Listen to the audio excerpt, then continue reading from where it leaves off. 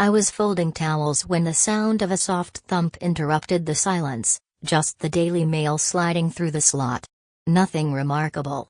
But as I walked over, wiping my hands on my jeans, I spotted the morning paper splayed out like a clumsy fan on the doormat. And that was when my world cracked open. My eyes locked on the headline in bold. Community grieves loss of local woman, Elara James, 29. It didn't click at first. Not until I saw the photo beneath it. My photo. One I hadn't seen in years. My face, tilted slightly, a soft smile, eyes full of a hope I didn't even recognize anymore. It was from an old social media post, back when I still had friends, still shared pictures, still believed in birthdays and forgiveness. My knees buckled. I had to catch the edge of the wall just to stay upright. Elara James. That was me. I wasn't dead. I wasn't even sick. I was right there, breathing, blinking, trembling in a studio apartment 3 cities away from where I used to call home.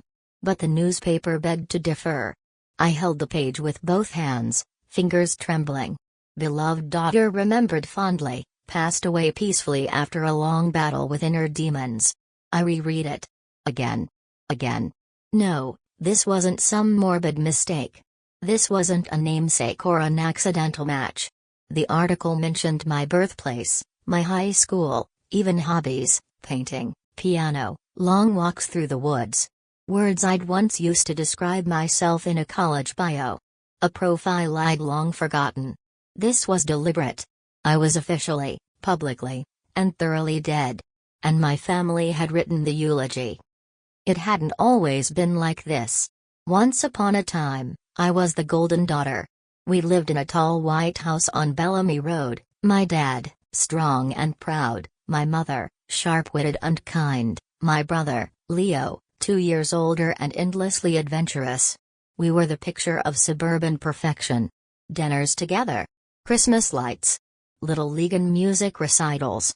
But looking back now, I can see it all more clearly. How silence was mistaken for stability. How smiles were painted over cracks. Things fell apart after Mom passed. A sudden aneurysm, no warning. 1 minute she was humming while cutting oranges, the next she was gone.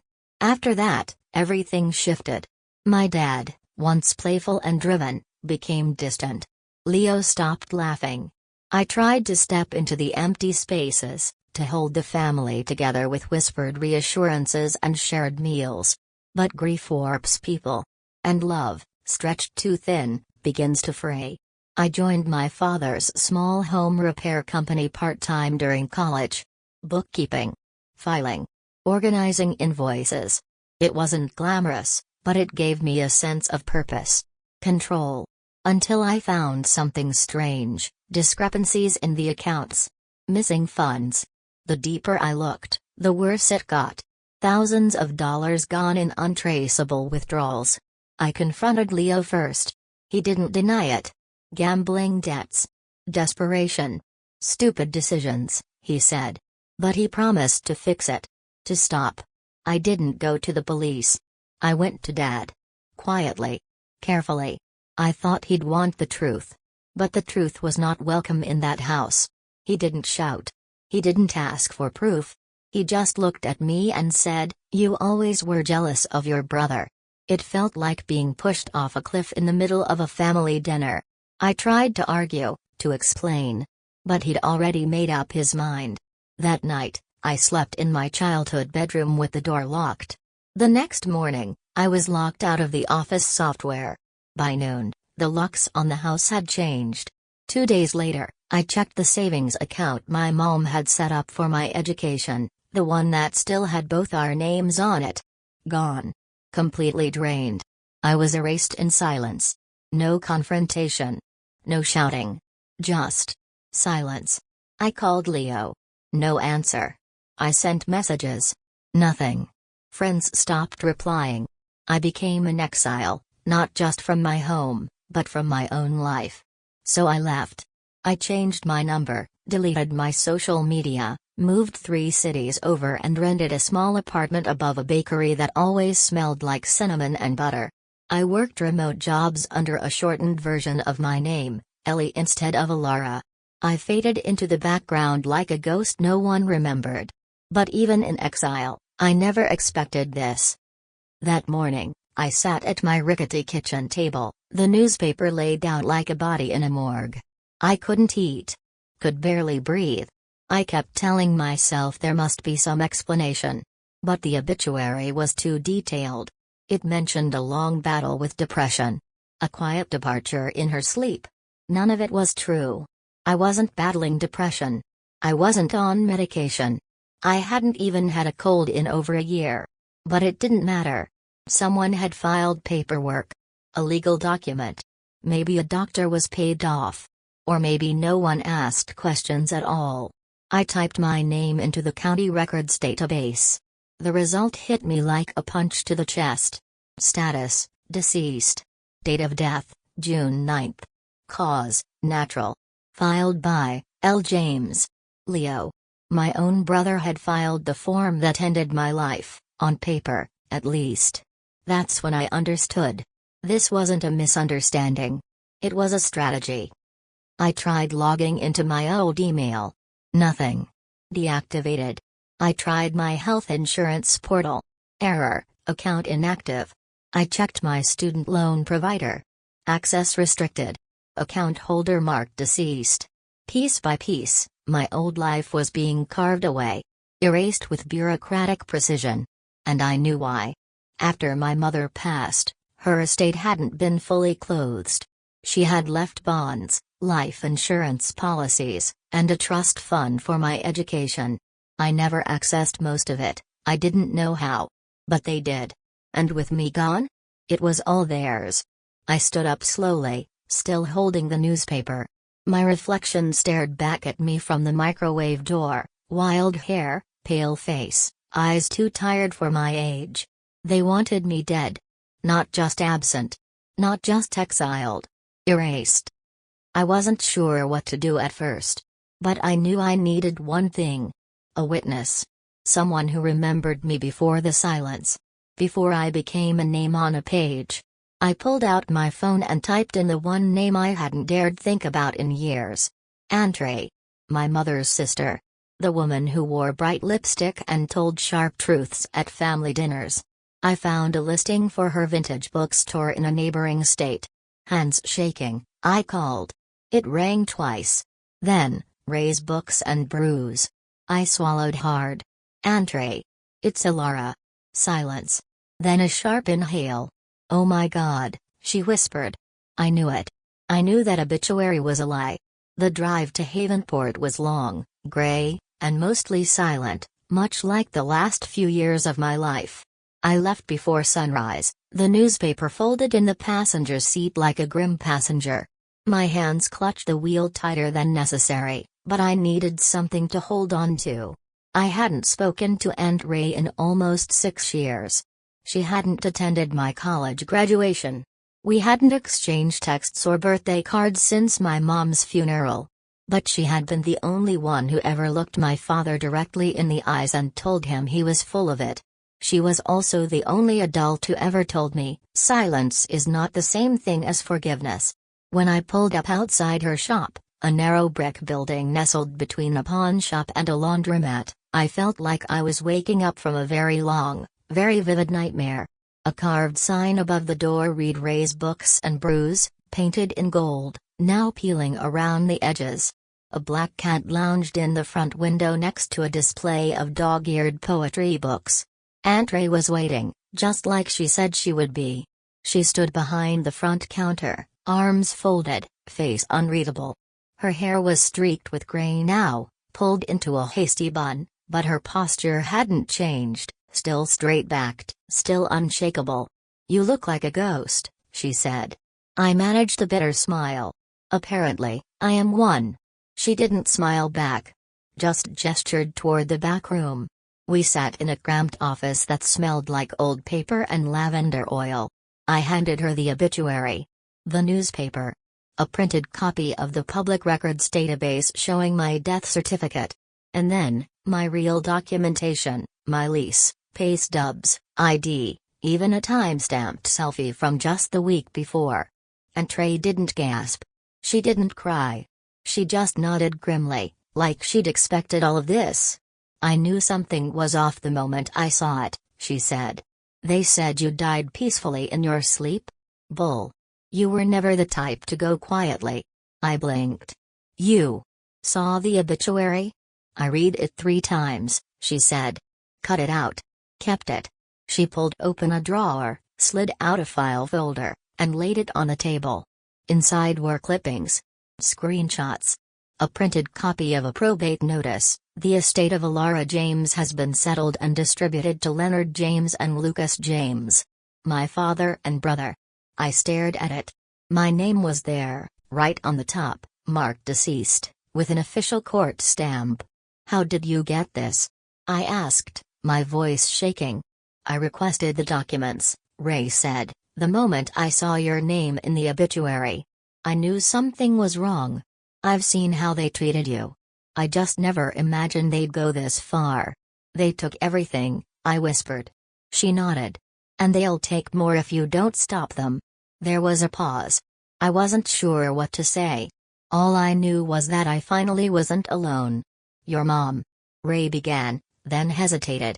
"She saw it too, you know. She always told me Leonard had a good face but rotten intentions. She once told me, always keep something in your name, just in case." I looked up, confused. "What do you mean?" "She had a separate account," Ray said. "Savings bond. Opened before she married your father. She told me once it was for you, but only if something ever happened to her. Said she wanted a backup plan." My breath caught. "She never said where it was," I said slowly. "She didn't trust banks in town. Used one near my place. After you disappeared, I checked. They wouldn't release anything without a death certificate. At the time, there wasn't one. But now. They filed it," I whispered. "To access it." Ray nodded. "They couldn't touch it until they killed you. On paper." She opened another drawer, pulled out an aged yellow envelope and slid it across the table. Inside was a photocopy of the bond registration form. There it was, my name, my social security number, my mother's tight cursive handwriting in the margin. Untouched. Unclaimed. Protected. I pressed my hands to my forehead. "They really wanted me gone." "No," Ray said, her voice steady. "They wanted your name gone. Your rights. Your claim. But you're still here.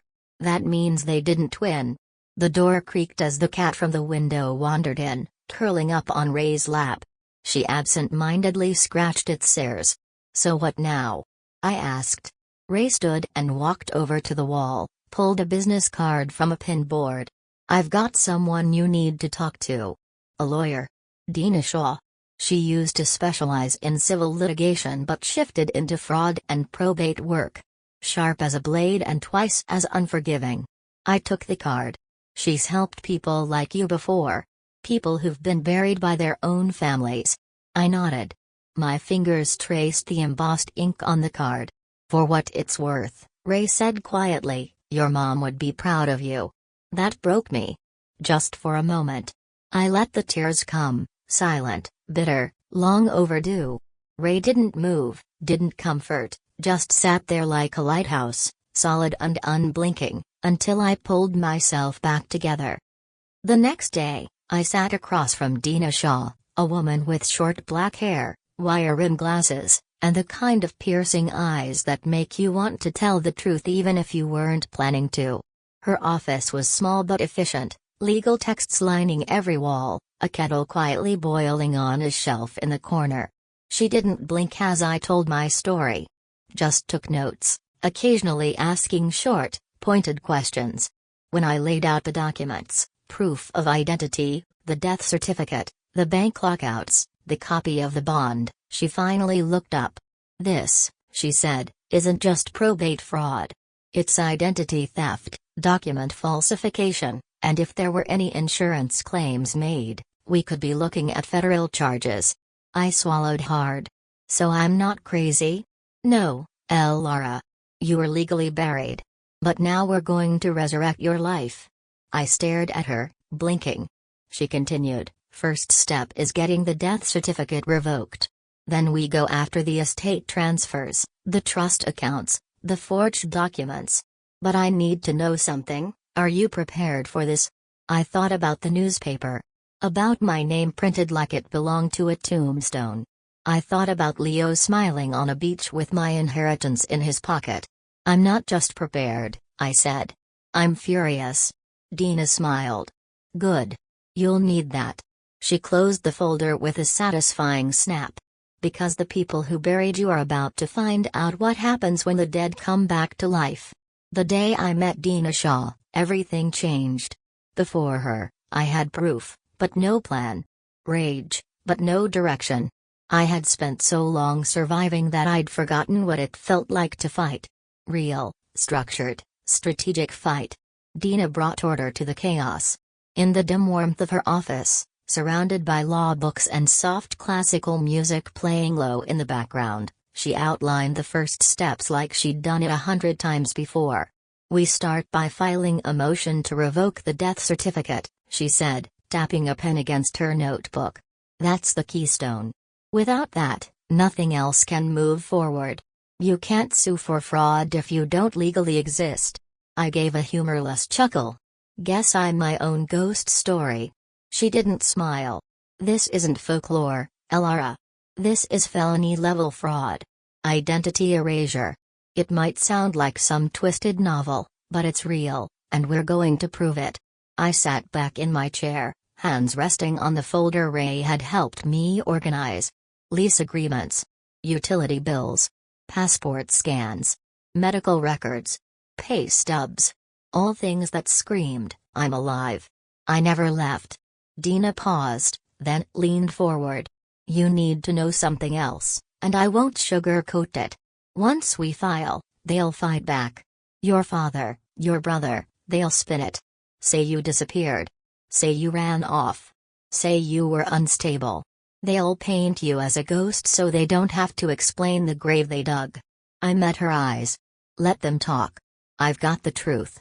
She nodded. "Then let's make them choke on it." 3 days later, I received a text from an unknown number. No name. No context. Just one sentence. "They're holding a memorial this Sunday. St. Augustine's. 2 p.m. I read it twice. A memorial? I had already been buried, on paper, in the press, in the courts. Now they wanted to bury me again. Publicly. With candles. With speeches. With solemn music and fake tears. My fingers tightened around the phone until my knuckles turned white. I didn't tell Dina right away. Not until I'd made up my mind. When I finally did, she looked at me like I'd just proposed breaking into a courthouse. "You want to go to the memorial?" she asked slowly. "Not just go," I said. "I want to walk in. I want every person there who believed I was dead to see the truth with their own eyes." Dina sat back, processing. "Dramatic," she said at last. "Risky. But symbolic. And legal, technically, because you're not dead." "Exactly." She drummed her fingers on the desk. "Then you'll need backup. Documents. Witnesses. Audio, maybe even a recording. You're about to do what most people only dream of, calling out the people who buried you. But you need to do it smart." "I don't want revenge," I said. She raised an eyebrow. "Okay," I corrected. "I want truth. And if revenge happens to be standing nearby with a smirk, then fine." Dina grinned. "Then let's burn the script they wrote for you." The days leading up to the memorial were a whirlwind of preparation. Dina worked tirelessly, pushing emergency motions through probate court, gathering every piece of evidence into a neat, devastating stack. She pulled official records, requested surveillance footage from the bookstore to prove I'd been alive at the time of my supposed death, and had 3 affidavits ready from employers, neighbors, and Ray herself. Meanwhile, I found myself deep in a quiet storm, sorting through old memories, sifting through emotional rubble. The grief wasn't just over what they'd done, it was over what I had lost long before the legal death. Family. Trust. A version of love I now knew was a lie. And still, some small, Aching part of me kept wondering, did they cry? Did they miss me? Did they grieve, even for a second? Ray answered that question the day before the memorial, as we sat in her back office. They didn't mourn you, Elara, she said softly, looking up from a legal memo. They looked relieved. That hurt more than any court ruling ever could. The morning of the memorial arrived dressed in mist and silence. The sky was undecided, clouds hung low, and the air carried the kind of chill that felt more like a warning than weather. I stood across the street from St. Augustine's Chapel, wearing a black coat and dark sunglasses. Dina was parked a few blocks away, waiting with a backup copy of every document we'd prepared. From my spot, I could see people arriving, cousins, old neighbors, my former piano teacher. All dressed in shades of mourning. Some carried flowers. Some brought tissues. Some looked like they were walking into a funeral for a woman they hadn't spoken to in years. I watched them step through the double doors beneath a banner that read, "In loving memory of Elara James, a light lost too soon." And just beneath it, a blown-up version of that photo. The one from the obituary. My face, frozen in someone else's narrative. I waited until the church bell tolled once. Then I crossed the street. The air inside the chapel was heavy with lilies and pretense. A soft choir tune echoed through the stained glass sanctuary. The seats were nearly full. A casket, empty, of course, sat at the front, draped in white. My father sat in the front pew, head bowed, hands clasped like a man who had just lost his only daughter. Leo sat beside him, jaw tight, eyes red. I reached the door just as the priest stepped to the podium.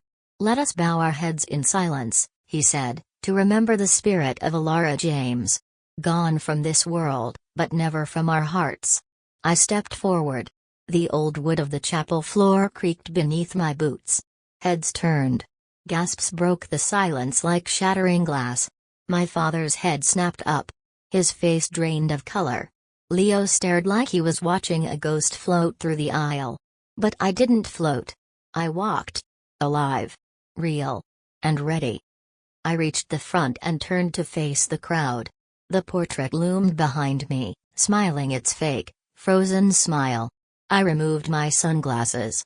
"My name is Elara James," I said, voice steady, "and I am not dead." A woman in the back clutched her chest. A phone lifted. A red recording light blinked on. "I'm alive. I've been alive. I didn't disappear. I didn't fade away. I was erased."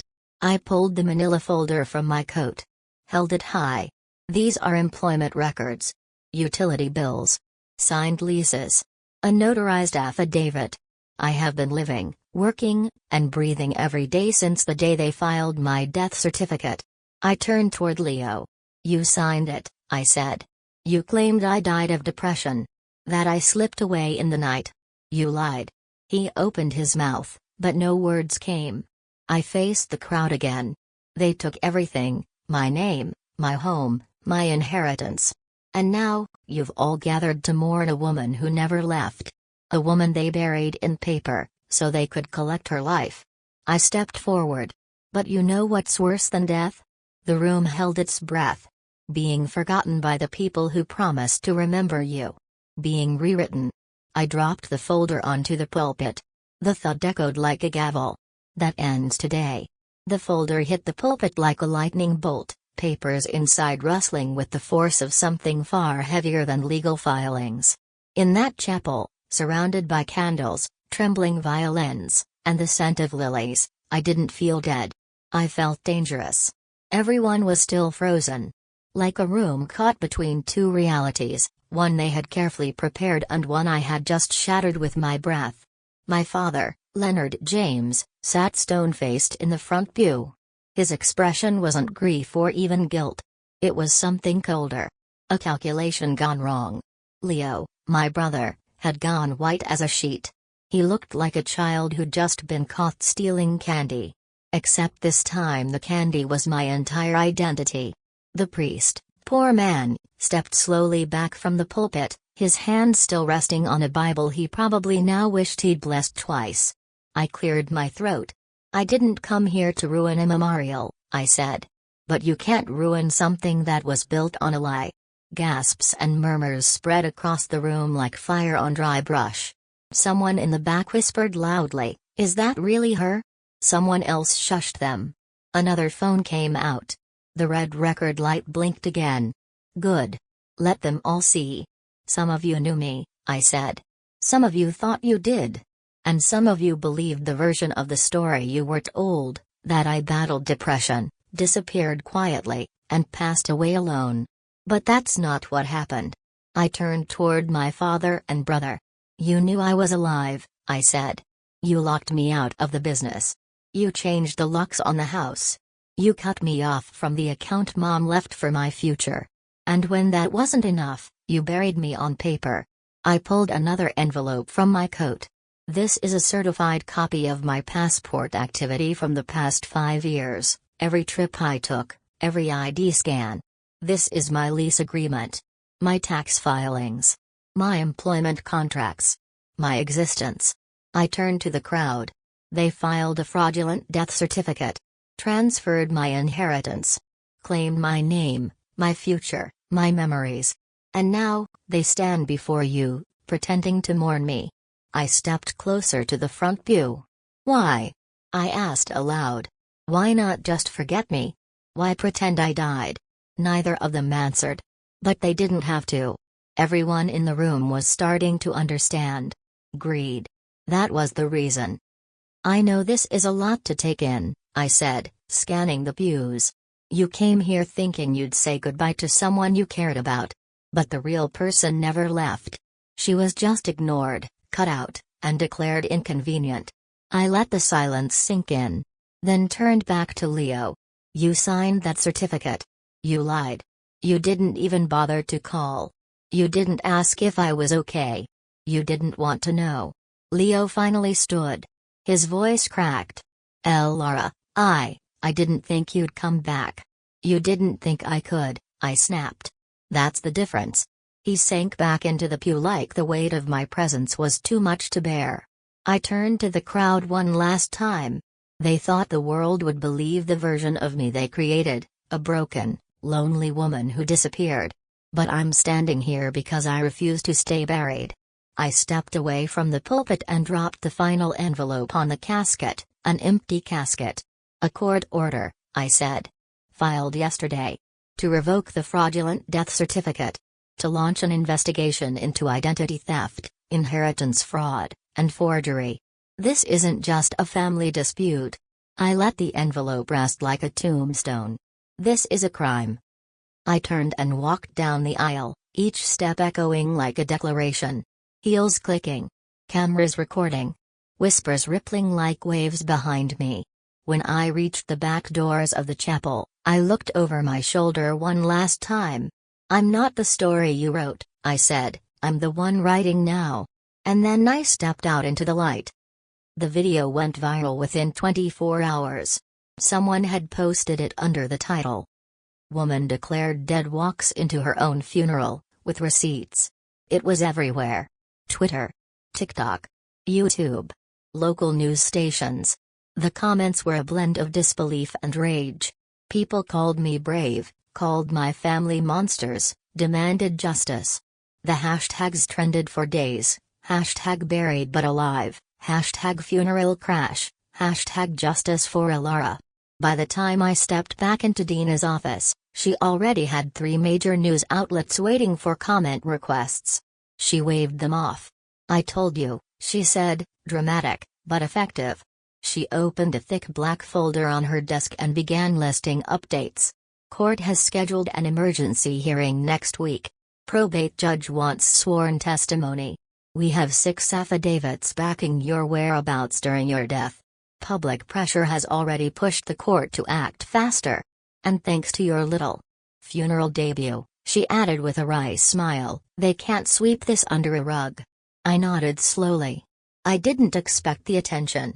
No one does, she replied. But people relate to betrayal. To being silenced. You didn't just crash a funeral, you resurrected a movement. That week was a blur of legal prep and emotional unraveling. I answered media requests with a careful no comment but released a statement through Dina's office confirming my identity and intent to pursue full legal restoration. The public was on my side. But I didn't care about trending hashtags. I cared about justice and closure. The court hearing was scheduled for the following Friday. That Friday, I walked into the courthouse wearing the same black coat I wore to the funeral. But this time, I wasn't in mourning. I was in battle. My father and Leo sat across from me, flanked by lawyers. My father's face was drawn, jaw set tight. Leo wouldn't meet my eyes. The judge, an older woman with sharp eyes and a tone like steel, looked over the file with growing concern. "Miss James," she said, "can you confirm, under oath, that you are Elara James, born May 22, 1993? "I can," I said. "And I am. And are you, in fact, alive?" I didn't hesitate. "Yes, Your Honor. I've never been more alive in my life." She nodded and continued. "Let the record reflect, the death certificate issued for Elara James is hereby revoked. Legal identity restored." It was done. Just like that. The first domino. Then came the fraud charges. The courtroom fell quiet after the judge's declaration. It was official now, on record, notarized, witnessed. I was alive. Legally. Publicly. Permanently. For a moment, I just breathed. Not with relief. Not yet. But with certainty. The kind that settles in your bones like a promise. My father said nothing as the fraud charges were outlined: identity theft, falsifying legal documents, unauthorized transfer of estate assets. His lawyer tried to argue confusion, grief, a misunderstanding. But the paper trail was irrefutable. Bank transfers made just weeks after the death certificate was filed. Account access logs. My name forged across documents. Leo looked like he wanted to crawl under the bench and vanish. When the judge ruled in my favor, revoking the will, freezing the accounts, and launching a criminal investigation, I didn't cheer. I didn't gloat. Justice doesn't always roar. Sometimes it's quiet. Sometimes it just looks like the other side of the room not being able to meet your eyes. Weeks passed. The headlines faded. The hashtags stopped trending. But I was still here, rebuilding. I reclaimed the trust fund, the property my mother left in my name, and the untouched savings bond Ray had protected all those years. I didn't move back into the old house. I let investigators handle that. Instead, I moved to a small cottage by the lake, quiet, mine. I visited the gravesite of my mother. For the first time, I felt like she saw me. Not as a daughter lost, but as a woman returned. One afternoon, I sat with Aunt Ray in her bookstore sipping tea, the cat curled at our feet. She asked, "Do you regret coming back?" I watched the sunlight hit the window, dust dancing like slow applause. "No," I said. "I regret ever believing I had to stay gone." She nodded. "They thought they buried you." I smiled. "But they planted something stronger. Because I wasn't just the girl they tried to erase. I was the author of a new chapter. One no one else would ever write for me again."